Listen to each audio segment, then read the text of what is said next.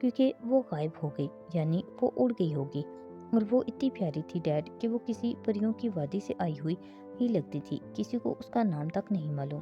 میں پتہ ہے کیا سوچ رہا ہوں، وہ تھوڑی کو دو ناخنوں سے رگڑتے ہوئے بولی۔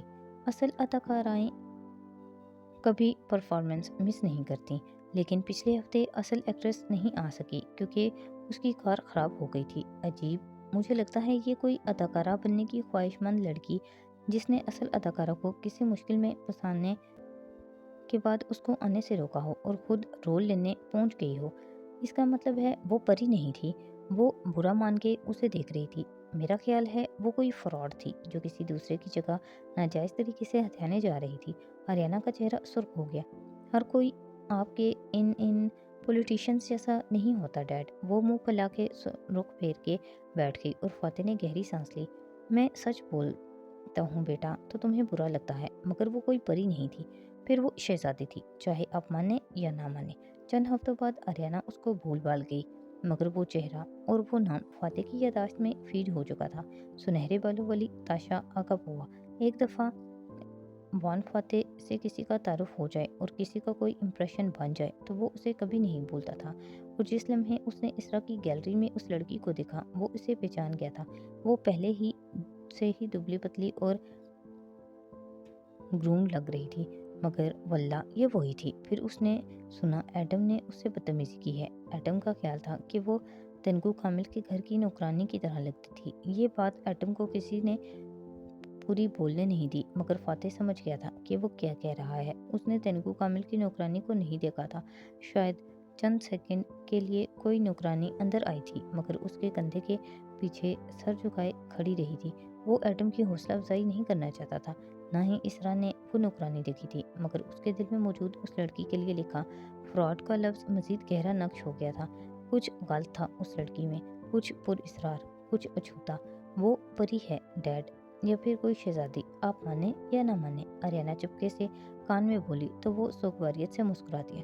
ماضی غائب ہو گیا تھا اور وہ اپنی اسٹڈی میں تنہا بیٹھا تھا۔ موبائل پہ آریانہ کے لیے پیغامات ہنوز آ رہے تھے۔ میں نے پھر سے اینک لگائی اور اس کو پڑھنے لگا۔ اشر محمود کے اونچے قلعے کے لان میں کیٹرنگ والے چیزیں سمیٹ رہے تھے، صفائی جاری و ساری تھی۔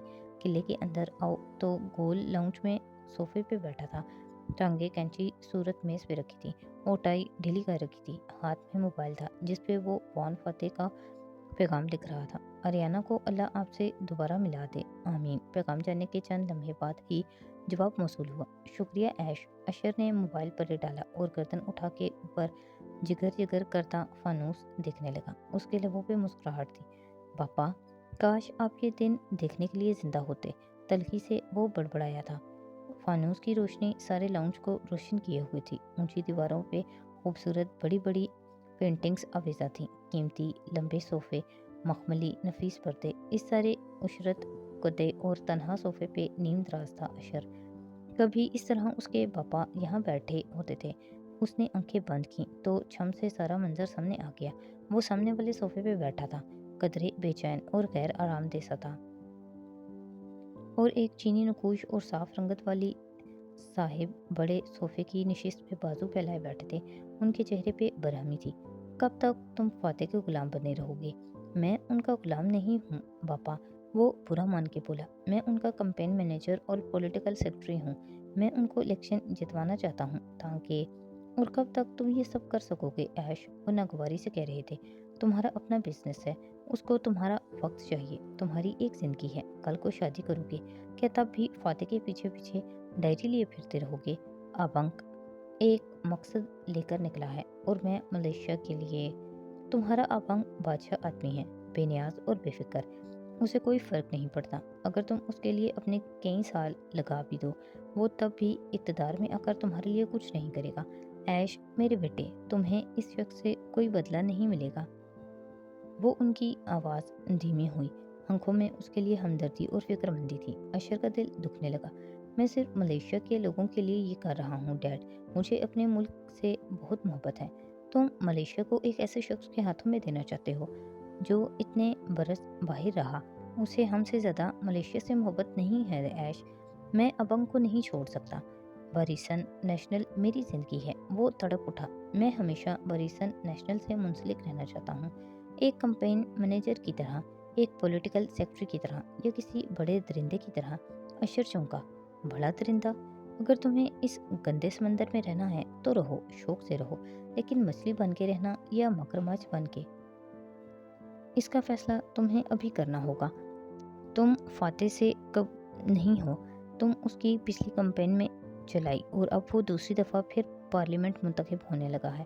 5 سال بعد وہ وزیر اعظم بننے کا سوچے گا اور تم کہاں ہوگے؟ اس کے پیچھے ڈائری اٹھا کے گھوم رہے ہوگے کیا؟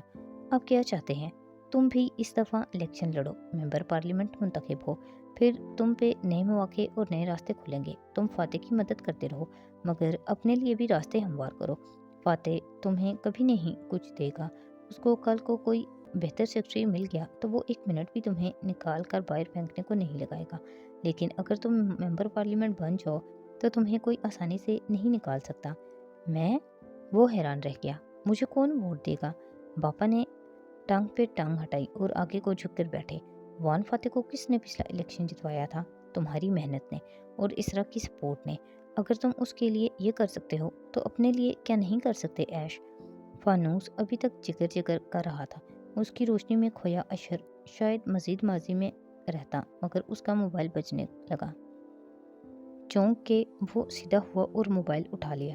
جی کاکا، میں فاتح کے لاکر سے فائل نکالنے جا رہی ہوں، وہ اسٹڈی میں ہے، اسے علم نہیں ہوگا، وہ دبی آواز میں کہہ رہی تھی۔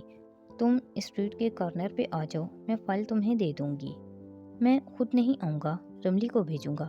ٹھیک ہے، ہاں یہ بہتر رہے گا۔ اشر نے مسکرا کے فون بند کیا اور ٹی وی ریموٹ اٹھا کے بٹن دبایا۔ دیوار پہ لگی جناتی اسکرین جل اٹھی۔ اشر نے چند چینل بدلے اور پھر ایک پہ ٹھہرا۔ اشر محمود کی نسل پرست چینی مخالف تنظیم سے وابستگی نے چینی حلقوں میں مایوسی اور بدظنی کی لہر پیدا کر دی تھی۔ اینکر آگے کو جھکے آواز کو سنگین بنا کے بتا رہی تھی۔ اشر کے لبوں پہ تلخ مسکراہٹ بکھر گئی۔ اس نے فون اٹھایا اور ٹویٹر کھولا۔ اس کے نام کے مخالف ٹرینڈ چل رہے تھے، لوگ اسے گالیاں نکال رہے تھے۔ وان فاتح، میں ہر چیز کے لیے تیار تھا، آپ نہیں تھے۔ چند دن بعد کاکا کی نیلامی پہ نقلی پینٹنگ کا اسکینڈل جہاں آپ کی کریڈیبلٹی تباہ کرے گا، وہیں مکان کے اصلی کاغذات کی گمشدگی آپ کو مالی دھچکا لگائے گی۔ موبائل کے بٹن دباتے ہوئے وہ بڑبڑا رہا تھا، مگر اس سے پہلے اپنے خلاف ہوئے سارے پروپیگنڈے کو میں ایک تصویر سے قتل کر کے جا رہا ہوں۔ اس ایک تصویر کی دھوم اور وائپ میں ہر شے دب جائے گی۔ کسی خبر کو قتل کرنے کے لیے اس کی وضاحتیں دینا ضروری نہیں ہے، صرف اس سے زیادہ دلچسپ خبر لوگوں کو دینا ہوتا ہے۔ ایک بٹن دبایا اور تصویر ٹویٹ ہو گئی۔ مسکرا کے اشر نے فون پرے ڈال دیا۔ اس نے فاتح کا دیا جھٹکا ہینڈل کر لیا تھا۔ کیا فاتح اس کا دیا دھچکا ہینڈل کر پائے گا؟ وان فاتح کی رہائش گاہ پہ رات دھیرے دھیرے اتر رہی تھی۔ اسرا نے ٹرے اٹھائے، اسٹڈی کا دروازہ کھولا تو وہ ٹیک لگائے، اینک آنکھوں پہ جمائے، مسکرا کے موبائل پہ ٹائپ کرتا دکھائی دیا تھا۔ تمہاری بیڈ ٹائم چائے۔ زبردستی مسکراتی وہ قریب آئی اور میز پہ کپ رکھا، کانچ میز کی سطح کے شیشے سے ٹکرایا تو خاموش فضا میں ارتعاش پیدا ہوا۔ ارتعاش اس کی انگلیوں میں بھی تھا، جیسے اس نے مٹھیاں باہم پھنسا کے چھپا لیا۔ وہ احتیاط سے فاتح کو دیکھ رہی تھی۔ جلدی سو جانا، زیادہ دیر کام نہ کرنا۔ اسے متوجہ نہ پا کر وہ بولی۔ وہ مسکرا کے میسیجز دیکھ رہا تھا۔ وہ چند لمحے کھڑی رہی، پھر مڑی۔ تھینک یو اسرا، امریکہ جانے کا خیال بدلنے کے لیے۔ اسرا کے لبوں پہ سوگوار مسکراہٹ ابھری۔ گردن موڑ کے اسے دیکھا۔ وہ اب بھی موبائل پہ ٹائپ کر رہا تھا۔ جو تم چاہو فاتح، میں تمہارے ساتھ کبھی نہیں چھوڑوں گی۔ فاتح نے نظریں فون پہ جھکائے، مسکرا کے سر کو خم دیا۔ اسرا وہاں سے نکل آئی۔ اب اس کے قدم تیز تھے۔ لاؤنج میں آ کر ایک نظر CCTV کیمرے کو دیکھا جو وہ بند کر چکی تھی، پھر تیزی سے فاتح کے کمرے میں آئی اور الماری کھولی، لاکر کا پاسورڈ پایا اور اندر کاغذات الٹ پلٹ کرنے لگی۔ ایک پورا فولڈر نکالا اور لاکر کو بند کر دیا۔ کچھ دیر بعد وہ سر پہ شال اوڑھے، پیروں پہ سینڈل پہنے گیٹ سے باہر نکل رہی تھی۔ رات کو 2 گارڈز ہی گیٹ پہ ہوتے تھے۔ میں واک پہ جا رہی ہوں۔ وہ اکثر رات کو واک پہ نکل جاتی تھی۔ گارڈز نے صرف سر ہلا دیا۔ وہ فائل شال میں چھپائے، سینے پہ بازو لپیٹے تیز تیز چلتی گئی۔ اگلی اسٹریٹ کے کونے پہ رملی کار میں موجود تھا۔ وہ فوراً باہر نکلا۔ اسرا نے شال سے فائل نکال کے اس کو دے دی اور کچھ کہے بنا مڑ گئی۔ چند منٹ بعد وہ گھر میں واپس داخل ہو رہی تھی۔ آپ جلدی آ گئیں۔ گارڈ نے دروازہ بند کرتے ہوئے حیرت سے پوچھا۔ ہاں، شوگر لو ہو رہا تھا میرا، اس نے پیشانی پہ ہاتھ رکھ کر فکر مندی سے کہا۔ مگر فاتح کو میری طبیعت کا مت بتانا، اس کے دوسرے مسئلے کم ہیں کیا؟ میں دوا لے لیتی ہوں۔ گارڈ نے سر تسلیم خم کیا اور وہ آگے بڑھ گئی۔ فاتح بے خبر، ابھی تک اوپر اسٹڈی میں موبائل ہاتھ میں لیے سوگواریت بھرے مسکراہٹ سے پیغامات کا جواب دے رہا تھا۔ حالم کے اونچے گھر کی بیرونی بتیاں روشن تھیں جب باہر سڑک پہ سپرلکس کیب آ رکی۔ شوفر نے دروازہ کھولا تو تالیہ مراد نے اونچی سفید ہیل سڑک پہ رکھی اور نیچے اتری۔ کندھوں پہ قیمتی شال لیے وہ کلچ والے ہاتھ سے لمبی میکسی احتیاط سے اٹھائے ہوئے تھی۔ کانوں سے لٹکتے ہیرے رات کے اندھیرے میں دمک رہے تھے۔ کیوں آئے ہو؟ درستی سے بولی تو سامنے درخت کی اوٹ سے ہولیا سا نکلا۔ چند قدم آگے آئے تو اس کا چہرہ روشنی میں آیا۔ وہ استہزائیہ مسکراتا، شیو کھجاتا سمی تھا، کالا کوٹ، اندر سفید ٹی شرٹ اور گردن میں لٹکتی سنہری چین، بڑھتی شیو میں آگے چند سفید بال اور سیاہ ہوتی آنکھوں سے جھلکتی خباثت۔ اپنے وظیفے کے بارے میں پوچھنے آیا ہوں۔ تالیہ کی آنکھوں میں سرخی در آئی۔ میں تمہیں نہیں جانتی۔ میرے پاس نکاح کی ویڈیو بھی موجود ہے، دیکھنا چاہو گی؟ مجھے نہیں معلوم تم کیا کہہ رہے ہو اور کیوں میرے پیچھے پڑے ہو، وہ اکتائی ہوئی آواز میں بولی اور واپس گھوم گئی۔ کل پھر آؤں گا، اور جو تمہارے خواب ہے نا اشر کی فیملی بننے کے، جیسا کہ اس نے ٹویٹ کیا ہے، وہ صرف تب پورے ہو سکتے ہیں جب میں اپنا منہ بند رکھوں۔ اس نے گیٹ کھولا اور اندر داخل ہوئی۔ دروازہ بند کرنے مڑی تو سمی نے آگے بڑھ کے دروازہ کو پکڑ لیا۔ تالیہ نے غصیلی نگاہ اٹھا کے اسے دیکھا۔ جس طرح بھی کمائی ہے تم نے دولت، اس میں میرا بھی حق ہے، اس لیے جتنی جلدی ہو سکے میرے وظیفے کی پہلی قسط تیار کر لو جس میں 5 صفر آتے ہیں، تاکہ میں تمہاری اوقات اس اعلیٰ خاندان کے سامنے صفر نہ کروں۔ کہتے ہوئے کوٹ کو بیلٹ کے قریب سے ہٹایا تو ایک پستول جھلکا۔ تالیہ نے جھٹکے سے گیٹ اپنی طرف کھینچا تو اس نے ہاتھ ہٹا دیا۔ کل آؤں گا اور پیسے لیے بغیر نہیں جاؤں گا، وہ پیچھے ہٹتے ہوئے دھون سے بولا تھا۔ اور تم نے ایٹم کی نوکری نہیں چھڑوائی؟ چند منٹ بعد وہ اندر لاؤنج میں داتن کے سامنے بیٹھی تھی، خاموش، سنجیدہ، گھٹنے اکٹھے کر کے سوچ میں ڈوبی۔ ایٹم دشمن نہیں ہے، وہ ایک اچھا انسان ہے، اور میں جتنی بری سہی ایک اچھے انسان کے ساتھ یہ نہیں کر سکتی۔ میں امیر لوگوں اور میوزیم سے چوری کرتی ہوں، غریبوں کے خواب نہیں چراتی، مگر ان طاقتور لوگوں کے سامنے اتنی زبان چلانے کی کیا ضرورت تھی؟ داتن خفا ہوئی۔ وہ ایٹم پہ ہنس رہے تھے، مجھے اچھا نہیں لگا۔ وہ ایٹم تمہاری جاسوسی کرتا پھر رہا ہے، تمہارا کسی بھی پل پول کھول دے گا، تمہیں اس نیکی کی قیمت چکانی پڑے گی۔ ڈونٹ وری، تالیہ کے پاس ہمیشہ پلان ہوتا ہے۔ تم بتاؤ، یہ اشر نے کیا ٹویٹ کیا ہے؟ ابھی کسی نے مجھے بتایا، اس نے سمی کا ذکر نہیں کیا تاکہ داتن پریشان نہ ہو۔ تم نے نہیں دیکھا؟ ساری دنیا نے دیکھ لیا۔ میں کہتی تھی نا، یہ اشر کسی اور چکر میں ہے، کہہ کے داتن نے موبائل پہ بٹن دبائے اور اسکرین سامنے کی۔ فیملی یونین لکھ کے اس نے ایک تصویر پوسٹ کی، کھانا کھاتے وقت کی سیلفی جو اشر نے لی تھی، اور فریم میں 4 لوگ نظر آ رہے تھے، اشر، اسرا، فاتح اور تالیہ۔ سرخ لباس میں مسکراتی ہوئی خوبصورت تالیہ جو نیچے کمنٹس کا مرکز تھی۔ یا اللہ، اس نے میرا چہرہ مشہور کر دیا۔ اس نے پیشانی چھوئی۔